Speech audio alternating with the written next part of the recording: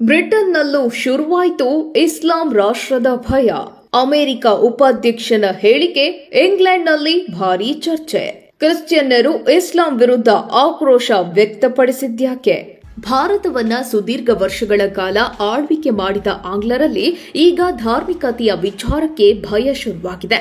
ನಮ್ಮ ರಾಷ್ಟ್ರ ಮುಸ್ಲಿಂ ದೇಶಗಳ ಪಟ್ಟಿಯಲ್ಲಿ ಸ್ಥಾನ ಪಡೆಯುವ ದಿನಗಳು ದೂರವಿಲ್ಲ ಎಂದು ಅಲ್ಲಿನ ಮಾಜಿ ಗೃಹ ಕಾರ್ಯದರ್ಶಿ ಆತಂಕ ವ್ಯಕ್ತಪಡಿಸಿದ್ಯಾಕೆ? ಮೇಕ್ ಬ್ರಿಟನ್ ಗ್ರೇಟ್ ಅಗೇನ್ ಅಭಿಯಾನಕ್ಕೆ ಅಲ್ಲಿ ಕರೆ ನೀಡಿದ್ಯಾಕೆ? ಕ್ರೈಸ್ತರ ನಾಡಿನಲ್ಲಿ ಜಾರಿಯಾಗುತ್ತಾ ಶರಿಯಾ ಕಾನೂನು. ಅಮೆರಿಕ ಉಪಾಧ್ಯಕ್ಷ ಜೆಡಿ ವ್ಯಾನ್ಸ್ ಹೇಳಿಕೆ ಬ್ರಿಟನ್ನಲ್ಲಿ ಅಲ್ಲೋಲ ಕಲ್ಲೋಲ ಸೃಷ್ಟಿಸಿದ್ಯಾಕೆ? ಬ್ರಿಟನ್ನಲ್ಲಿ ಮೂಲೆ ಗುಂಪಾಯ್ತಾ ಅಲ್ಲಿನ ಕಾನೂನು? ಈ ಕುರಿತ ಹೆಚ್ಚಿನ ಮಾಹಿತಿ ಏನಿದೆ ಅನ್ನೋದನ್ನ ತಿಳಿಯೋದಕ್ಕೆ ತಪ್ಪದೆ ಈ ವಿಡಿಯೋವನ್ನ ಕೊನೆವರೆಗೂ ನೋಡಿ. ಬ್ರಿಟನ್ 2011ರ ಜನಗಣತಿಯ ಪ್ರಕಾರ 59.30% ಕ್ರಿಶ್ಚಿಯನ್ನರೇ ಇರುವ ದೇಶವಾಗಿದೆ. ಅಲ್ಲದೆ ಕ್ರಿಶ್ಚಿಯನ್ ಧರ್ಮವೇ ಈ ದೇಶದ ಅತಿದೊಡ್ಡ ಧರ್ಮವಾಗಿದೆ. ಇನ್ನು ಇಸ್ಲಾಂ ಜನಸಂಖ್ಯೆ 2ನೇ ಸ್ಥಾನದಲ್ಲಿದೆ. 20ನೇ ಶತಮಾನದಲ್ಲಿ ದಕ್ಷಿಣ ಏಷ್ಯಾದಿಂದ ಆಗಿರುವ ಸಾಮೂಹಿಕ ವಲಸೆಯು ಇಲ್ಲಿ ಕ್ರಿಶ್ಚಿಯನ್ನೇತರ ಧರ್ಮಗಳು ಅಂದರೆ ಹಿಂದೂ, ಮುಸ್ಲಿಂ ಹಾಗೂ ಸಿಖ್ ಸೇರಿದಂತೆ ಹಲವು ಧರ್ಮಗಳು ಉದಯವಾಗಲು ಕಾರಣವಾಗುತ್ತೆ. ಇವುಗಳನ್ನ ಬ್ರಿಟನ್ನಿನ ಅಧಿಕೃತ ಧರ್ಮಗಳೆಂದು ಪರಿಗಣಿಸಲಾಗಿಲ್ಲ. ಆದರೆ ಇಸ್ಲಾಂ ಜನರ ಹಣಕಾಸಿನ ವ್ಯವಹಾರಕ್ಕೆ ಇದು ಪ್ರಮುಖ ಕೇಂದ್ರವಾಗಿದೆ. ಅಲ್ಲದೆ ಬ್ರಿಟನ್ನ ಆಚೆಗೂ ಅಂದರೆ ಪ್ರಮುಖವಾಗಿ ಮುಸ್ಲಿಂ ರಾಷ್ಟ್ರಗಳೊಂದಿಗೂ ಸಹ ಇವರ ಸಂಬಂಧವಿದೆ. ಇದೇ ವಿಚಾರದ ಕುರಿತು ಮೇಲಿಂದ ಮೇಲೆ ಬ್ರಿಟನ್ನಲ್ಲಿ ಚರ್ಚೆಗಳು ಆಗ್ತಾ ಇದ್ವು. ಆದರೆ ಈ ವಿಷಯದ ಬಗ್ಗೆ ಅಲ್ಲಿನ ಸರ್ಕಾರದ ಮಾಜಿ ಗೃಹ ಕಾರ್ಯದರ್ಶಿ ಸುಯೆಲ್ಲಾ ಬ್ರೆವರ್ಮನ್ ಆತಂಕ ವ್ಯಕ್ತಪಡಿಸಿ ನೀಡಿರುವ ಹೇಳಿಕೆ ಇದೀಗ ಅಲ್ಲಿನ ಸರ್ಕಾರವು ತನ್ನ ಭದ್ರತೆಯ ಜೊತೆಗೆ ಸಂಭಾವ್ಯ ಭಯೋತ್ಪಾದಕ ಚಟುವಟಿಕೆಗಳ ಬಗ್ಗೆ ಕಳವಳ ವ್ಯಕ್ತಪಡಿಸುವಂತಾಗಿದೆ. ಇನ್ನು ಇರಾನ್ನಂತೆ ಪರಮಾಣು ಶಸ್ತ್ರಾಸ್ತ್ರಗಳನ್ನು ಹೊಂದಿರುವ ಇಸ್ಲಾಮಿಸ್ಟ್ ರಾಷ್ಟ್ರವಾಗಿ ಬ್ರಿಟನ್ ಬದಲಾಗಬಹುದು.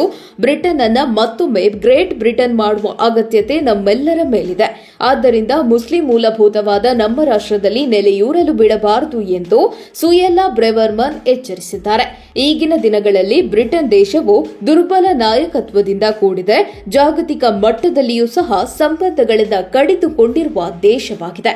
ಏನಾದರೂ ಯುನೈಟೆಡ್ ಕಿಂಗ್ಡಮ್ ಅಂದ್ರೆ ಯುಕೆಯನ್ನ ಮುಸ್ಲಿಂ ಮೂಲಭೂತವಾದಿಗಳ ಕೈಗೆ ಕೊಟ್ರೆ ನಮ್ಮ ಕಾನೂನು ವ್ಯವಸ್ಥೆಯು ಶರಿಯಾ ಕಾನೂನಿಗೆ ಬದಲಾಗುತ್ತದೆ. ಅಲ್ಲದೆ ಇರಾನ್ ನಂತರದ ಪರಮಾಣು ಸಾಮರ್ಥ್ಯವುಳ್ಳ ಮುಸ್ಲಿಂ ರಾಷ್ಟ್ರವಾಗುವತ್ತ ಬ್ರಿಟನ್ ಹೆಜ್ಜೆ ಹಾಕುತ್ತೆ ಅಂತ ಕಳವಳ ವ್ಯಕ್ತಪಡಿಸಿದ್ರು. ಈಗ ನಾವು ಎಚ್ಚರಿಕೆ ವಹಿಸದೇ ಇದ್ರೆ ಮುಂದಿನ 20 ವರ್ಷಗಳಲ್ಲಿ ರಷ್ಯಾ ಅಥವಾ ಚೀನಾದ ಬದಲಾಗಿ ಅಮೆರಿಕಾಗೆ ನಾವೇ ಅತಿದೊಡ್ಡ ವೈರಿ ರಾಷ್ಟ್ರವಾಗುತ್ತೇವೆ. ಇನ್ನು ನಮ್ಮಲ್ಲಿನ ಸಾಮೂಹಿಕ ವಲಸೆಯು ನಮ್ಮ ದೇಶದ ಜನರ ಜೀವನ ಶೈಲಿ ಮೇಲೆ ಹಾಗೂ ಪಾಶ್ಚಿಮಾತ್ಯ ನಾಗರಿಕತೆಯ ಅಸ್ತಿತ್ವದ ಮೇಲೆಯೂ ಬೆದರಿಕೆ ಹಾಕಿದಂತಾಗುತ್ತೆ. ಅಲ್ಲದೆ ಈ ವಿಚಾರದಲ್ಲಿ ಅಮೆರಿಕ ನೂತನ ಉಪಾಧ್ಯಕ್ಷ ಜೆಡಿ ವ್ಯಾನ್ಸ್ ಮಾತು ನಿಜವಾಗುತ್ತೆ ಎಂದು ಸುಯೆಲ್ಲಾ ಬ್ರೆವರ್ಮನ್ ವಾರ್ನ್ ಮಾಡಿದ್ರು. ಅಲ್ಲದೆ ಈಗ ಸದ್ಯಕ್ಕೆ ಯುಕೆನಲ್ಲಿ ಭಾರತದ ಅಳಿಯ ರಿಷಿ ಸುನಕ್ ನೇತೃತ್ವದ ಕನ್ಸರ್ವೇಟಿವ್ ಸರ್ಕಾರ ಅಧಿಕಾರ ಕಳೆದುಕೊಂಡಿದೆ. ಜಾತ್ಯತೀತ ನಿಲುವುಗಳನ್ನೇ ಪ್ರತಿಪಾದಿಸುತ್ತಾ ಬಂದಿರುವ ನಾಯಕ ಕೀರ್ ಸ್ಟಾಮರ್ ನೇತೃತ್ವದ ಲೇಬರ್ ಪಾರ್ಟಿ ಆಡಳಿತ ನಡೆಯುತ್ತಿದೆ. ಹೇಳಿ ಕೇಳಿ ಇದು ಸೆಕ್ಯುಲರ್ ಗವರ್ಮೆಂಟ್. ಈ ರೀತಿಯ ವಿಚಾರಗಳನ್ನು ಅದು ಗಂಭೀರವಾಗಿ ಪರಿಗಣಿಸದೇ ಇರುವ ಪರಿಣಾಮವೇ ಇಂದಿನ ಈ ಧಾರ್ಮಿಕ ಸಂಘರ್ಷಕ್ಕೆ ಕಾರಣವಾಗಿದೆ ಅನ್ನೋದು ಗುಟ್ಟಾಗಿ ಉಳಿದಿಲ್ಲ. ಇನ್ನು ಈ Britain, England, Wales, north Ireland ಹಾಗೂ ಸ್ಕಾಟ್ಲೆಂಡ್ಗಳನ್ನು ಒಳಗೊಂಡಿರುವ ಭೂಪ್ರದೇಶವಾಗಿದೆ. ಇದೇ ಕಾರಣಕ್ಕೆ ಯುಕೆ ಅಂದ್ರೆ ಯುನೈಟೆಡ್ ಕಿಂಗ್ಡಮ್ ಅಂತ ಕರೆಯಲಾಗುತ್ತೆ. ದ್ವೀಪ ರಾಷ್ಟ್ರದ ಈ ಎಲ್ಲಾ ಕಡೆಗಳಲ್ಲೂ ಇಸ್ಲಾಂ ಧರ್ಮ ತನ್ನ ಆಧಿಪತ್ಯ ಸ್ಥಾಪಿಸಬಾರದು. ಇದರಿಂದ ಮೂಲ ಧರ್ಮದ ಅವನತಿಗೆ ಕಾರಣ ಆಗಬಾರದು ಅಂತಲೇ ಬ್ರೆವರ್ಮನ್ ಮೇಕ್ ಬ್ರಿಟನ್ ಗ್ರೇಟ್ ಅಗೇನ್ ಅನ್ನೋ ಅಭಿಯಾನಕ್ಕೆ ಕರೆ ನೀಡಿದ್ದಾರೆ ಅನ್ನೋದು ಸ್ಪಷ್ಟವಾಗುತ್ತೆ. ಯಾರಿವರು ಸುಯೆಲ್ಲಾ ಬ್ರೆವರ್ಮನ್? ಹಿನ್ನೆಲೆ ಏನು? 2 ಮಕ್ಕಳ ತಾಯಿಯಾಗಿರುವ ಸುಯೆಲ್ಲಾ ಹಿಂದುವಾಗಿದ್ದಾರೆ. ಇನ್ನು ತಾಯಿ ಉಮಾ ತಮಿಳು ಹಿನ್ನೆಲೆಯವರು ಹಾಗೂ ಗೋವಾ ಮೂಲದ ತಂದೆ ಕ್ರಿಸ್ಟಿ ಫರ್ನಾಂಡಿಸ್ ದಂಪತಿಯ ಮಗಳಾಗಿ ಲಂಡನ್ನಲ್ಲಿ ಜನಿಸಿದ್ದಾರೆ. ಸುಯೆಲ್ಲಾ ತಾಯಿ ಮ್ಯಾರಿಷಸ್ನಿಂದ ಇಂಗ್ಲೆಂಡ್ಗೆ ವಲಸೆ ಹೋಗಿದ್ದವರು. ಇನ್ನು ತಂದೆ 1960ರ ದಶಕದಲ್ಲಿ ಕೀನ್ಯಾದಿಂದ ವಲಸೆ ಬಂದರು. ಸುಯೆಲ್ಲಾ ಬ್ರೆವರ್ಮನ್ ನಿ ಫರ್ನಾಂಡಿಸ್ ಆಗ್ನೇಯ ಇಂಗ್ಲೆಂಡ್ನ ಪ್ಯಾರಾಹ್ಯಾಮ್ನ ಸಂಸತ್ತಿನ ಕನ್ಸರ್ವೇಟಿವ್ ಪಕ್ಷದ ಸದಸ್ಯರಾಗಿದ್ದಾರೆ. ಅಲ್ಲದೆ ಬ್ರಿಟನ್ ಸರ್ಕಾರದ ಗೃಹ ಕಾರ್ಯದರ್ಶಿಯಾಗಿ ಕ್ಯಾಬಿನೆಟ್ನಲ್ಲಿ ಸೇವೆ ಸಲ್ಲಿಸಿದ್ದಾರೆ. ತಾನು ಬ್ರಿಟನ್ ಅನ್ನ ಪ್ರೀತಿಸುತ್ತೇನೆ. ತನ್ನ ಬದುಕಿನಲ್ಲಿ ಈ ದೇಶ ಭರವಸೆಯನ್ನ ನೀಡಿದೆ. ಇದು ನನಗೆ ಭದ್ರತೆಯ ಜೊತೆಗೆ ಈ ದೇಶವು ಉತ್ತಮ ಅವಕಾಶಗಳನ್ನು ಒದಗಿಸುತ್ತದೆ. ಇಲ್ಲಿ ನಾನು ರಾಜಕೀಯಕ್ಕೆ ಬಂದು ಅನಿರೀಕ್ಷಿತ ಸಾಧನೆಗೆ ಈ ದೇಶ ಕಾರಣವಾಗಿದೆ ಎಂದು ಕಳೆದ ತಮ್ಮ ಚುನಾವಣಾ ಪ್ರಚಾರದ ವೇಳೆ ಬ್ರೆವರ್ಮೆನ್ ತಮ್ಮ ಬ್ರಿಟನ್ ಪ್ರೇಮವನ್ನ ಮೆರೆದಿದ್ರು. ಅಲ್ಲದೆ ಈ ಹಿಂದೆ ಬ್ರಿಟನ್ ಪ್ರಧಾನಿಯಾಗಿದ್ದ ಭಾರತದ ಅಳಿಯ ರಿಷಿ ಸುನಾಕ್ ಸರ್ಕಾರದಲ್ಲಿ ಗೃಹ ಇಲಾಖೆ ಕಾರ್ಯದರ್ಶಿಯಾಗಿ ನೇಮಕವಾಗಿದ್ದ ಸುಯೆಲ್ಲಾ ಬ್ರೆವರ್ಮೆನ್ ಅವರು ಲಂಡನ್ ಪೊಲೀಸರು ಫೆಲೆಸ್ತೀನಿನ ಪರ ಪಕ್ಷಪಾತ ನೀತಿಯನ್ನು ಹೊಂದಿದ್ದಾರೆ ಎಂದು ಆರೋಪಿಸಿ ಬರೆದ ಲೇಖನ ತೀವ್ರ ವಿವಾದ ಸ್ವರೂಪವನ್ನ ಪಡೆದುಕೊಂಡಿತ್ತು. ಇದೇ ಕಾರಣಕ್ಕೆ ಅವರು ತಮ್ಮ ಸ್ಥಾನವನ್ನ ತೊರೆಯಬೇಕಾಗಿ ಬಂತು. ಇನ್ನು ಈ ಬ್ರೆವರ್ಮೆನ್ ಕ್ಯಾಬಿನೆಟ್ ಸ್ಥಾನವನ್ನ ಮಧ್ಯದಲ್ಲಿಯೇ ತೊರೆತಿರುವುದು ಎರಡನೇ ಬಾರಿ ಅನ್ನೋದು ಇಂಟ್ರೆಸ್ಟಿಂಗ್. ಬ್ರಿಟನ್ ಬಗ್ಗೆ ಅಮೆರಿಕದ ವ್ಯಾನ್ಸ್ ಹೇಳಿದ್ದೇನು? ಪರಮಾಣು ಶಸ್ತ್ರಾಸ್ತ್ರಗಳನ್ನು ಪಡೆಯುವ ಮೊದಲ ದೇಶ ಯಾವುದು? ಅದು ಬಹುಶಃ ಇರಾನ್ ಆಗಬಹುದು. ನಂತರ ಪಾಕಿಸ್ತಾನ ಇರಬಹುದು. ಅದರ ಬಳಿಕ ಅಂತಿಮವಾಗಿ ಯುಕೆ ಅಂದ್ರೆ ಬ್ರಿಟನ್ ಇಸ್ಲಾಮಿಕ್ ರಾಷ್ಟ್ರ ಆಗಲೂಬಹುದು ಅಂತ ನಾವು ತೀರ್ಮಾನಿಸಿದ್ದೇವೆ ಎಂದು ತಮ್ಮ ಚುನಾವಣಾ ಪ್ರಚಾರದ ಸಭೆಯೊಂದರಲ್ಲಿ ಇತ್ತೀಚೆಗೆ ಅಮೆರಿಕದ ನೂತನ ಉಪಾಧ್ಯಕ್ಷ ಜೆಡಿ ವ್ಯಾನ್ಸ್ ವ್ಯಾಖ್ಯಾನಿಸಿದ್ರು. ಈ ರೀತಿಯ ಬೆಳವಣಿಗೆಯು ಜಾಗತಿಕ ಮಟ್ಟದಲ್ಲಿ ಪರಮಾಣು ಬಳಕೆ ವಿಶ್ವದ ದೊಡ್ಡ ಅಪಾಯಗಳಲ್ಲಿ ಒಂದಾಗಿದೆ ಎಂದು ಅವರು ಹೇಳಿದ್ರು. ಆದರೆ ಈ ನಾಯಕರ ಹೇಳಿಕೆಗಳಲ್ಲೂ ಸಹ ವಾಸ್ತವಾಂಶ ಕಂಡುಬರುತ್ತೆ. ಯಾಕೆಂದ್ರೆ ಯುರೋಪಿನ ಪಶ್ಚಿಮ ಹಾಗೂ ಉತ್ತರ ಸೇರಿದಂತೆ ಹೆಚ್ಚಿನ ಭಾಗಗಳಲ್ಲಿ ವಲಸಿಗ ಮುಸ್ಲಿಂ ಜನರ ಸಂಖ್ಯೆಯು ವ್ಯಾಪಕವಾಗಿದೆ. ಈ ಹಿನ್ನೆಲೆಯಲ್ಲಿ ಏರಿಕೆಯಾಗುತ್ತಿರುವ ಮುಸ್ಲಿಂ ಸಂಪ್ರದಾಯದ ಕಾರಣಕ್ಕಾಗಿ ಇದೊಂದು ಸಾಮಾಜಿಕವಾಗಿ ಹಾಗೂ ರಾಜಕೀಯವಾಗಿಯೂ ಇಸ್ಲಾಮಿಕ್ ರಾಷ್ಟ್ರವಾಗುವತ್ತ ಸಾಗುತ್ತಿದೆ. ಇದು ಈಗ ಕ್ರಿಶ್ಚಿಯನ್ ಪಾರುಪತ್ಯದ ರಾಷ್ಟ್ರದಲ್ಲಿ ದೊಡ್ಡ ತಲೆನೋವಾಗಿ ಪರಿಣಮಿಸಿದೆ.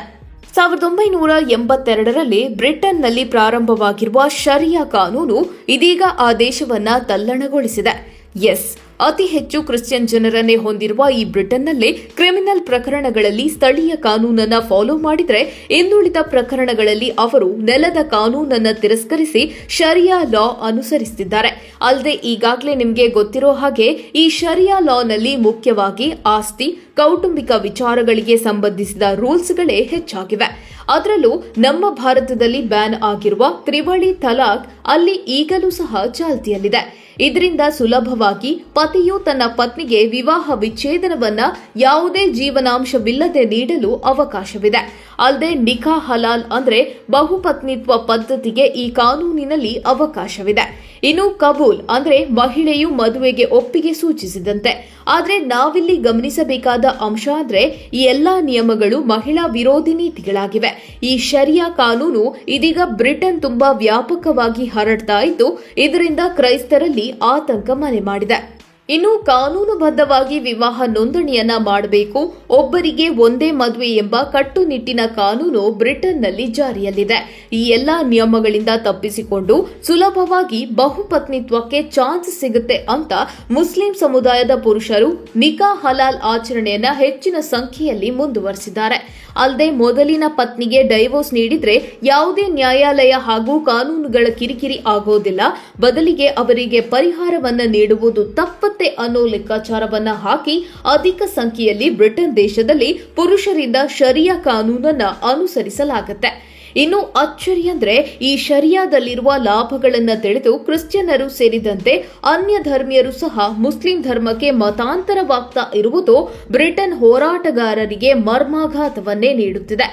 ಅಲ್ಲದೆ ಇದರಿಂದ ಕ್ರೈಸ್ತರ ನಂಬಿಕೆಗಳು ಕಡಿಮೆಯಾಗುತ್ತಿವೆ, ನಾಸ್ತಿಕರ ಸಂಖ್ಯೆ ಹೆಚ್ಚಾಗ್ತಾ ಇದ್ದು ಹೀಗೆಯೇ ಕೆಲ ದಿನಗಳವರೆಗೆ ಮುಂದುವರೆದರೆ ಶೀಘ್ರದಲ್ಲೇ ಕ್ರೈಸ್ತ ಧರ್ಮದ ಅವನತಿಗೆ ಶರಿಯಾ ಕಾರಣವಾಗಬಹುದು ಅನ್ನೋ ಭಯ ಅವರಿಗೆ ಎದುರಾಗಿದೆ. ಇದೇ ವಿಚಾರವನ್ನ ಮುಂದಿಟ್ಟುಕೊಂಡು ಬ್ರಿಟನ್ ದೇಶದ ಹಲವೆಡೆ ನಿರಂತರ ದಂಗೆಗಳು ಮುಂದುವರೆದಿವೆ. ಅಲ್ಲದೆ ಅಪ್ರಾಪ್ತ ಬಾಲಕಿಯರ ಮೇಲೆ ಲೈಂಗಿಕ ಕಿರುಕುಳದ ಪ್ರಕರಣಗಳು, ಮಹಿಳೆಯರ ಮೇಲಿನ ದೌರ್ಜನ್ಯ ಹೀಗೆ ದಿನಕ್ಕೊಂದರಂತೆ ಘಟನೆಗಳು ನಡೆಯುತ್ತಿವೆ. ಅಲ್ಲದೆ ಪ್ರಮುಖವಾಗಿ ಈ ಎಲ್ಲಾ ಘಟನೆಗಳಿಗೆ ವಲಸಿಗ ಮುಸ್ಲಿಂ ಜನರೇ ನೇರ ಕಾರಣರಾಗುತ್ತಿದ್ದಾರೆ ಅನ್ನೋದು ಅಲ್ಲಿನ ಹೋರಾಟಗಾರರ ಆರೋಪವಾಗಿದೆ. ಅಲ್ಲದೆ ಬ್ರಿಟನ್ನ ಪಶ್ಚಿಮ ಭಾಗವು ಶರಿಯಾ ಕಾನೂನಿನ ರಾಜಧಾನಿಯಾಗಿ ಬದಲಾಗುತ್ತಿದೆ. ಈ ಕೂಡಲೇ ಶರಿಯಾ ಕಾನೂನಿಗೆ ಕಡಿವಾಣ ಹಾಕದೆ ಹೋದರೆ ಅಲ್ಲಿನ ನ್ಯಾಯ ವ್ಯವಸ್ಥೆಯ ಮೇಲೆ ಅದು ಸವಾರಿ ಮಾಡುತ್ತೆ ಅನ್ನೋ ಟೆನ್ಷನ್ ಬ್ರಿಟನ್ನ ಫಾರ್ ಹೋರಾಟಗಾರರಿಗೆ ಕಾಡುತ್ತಿದೆ.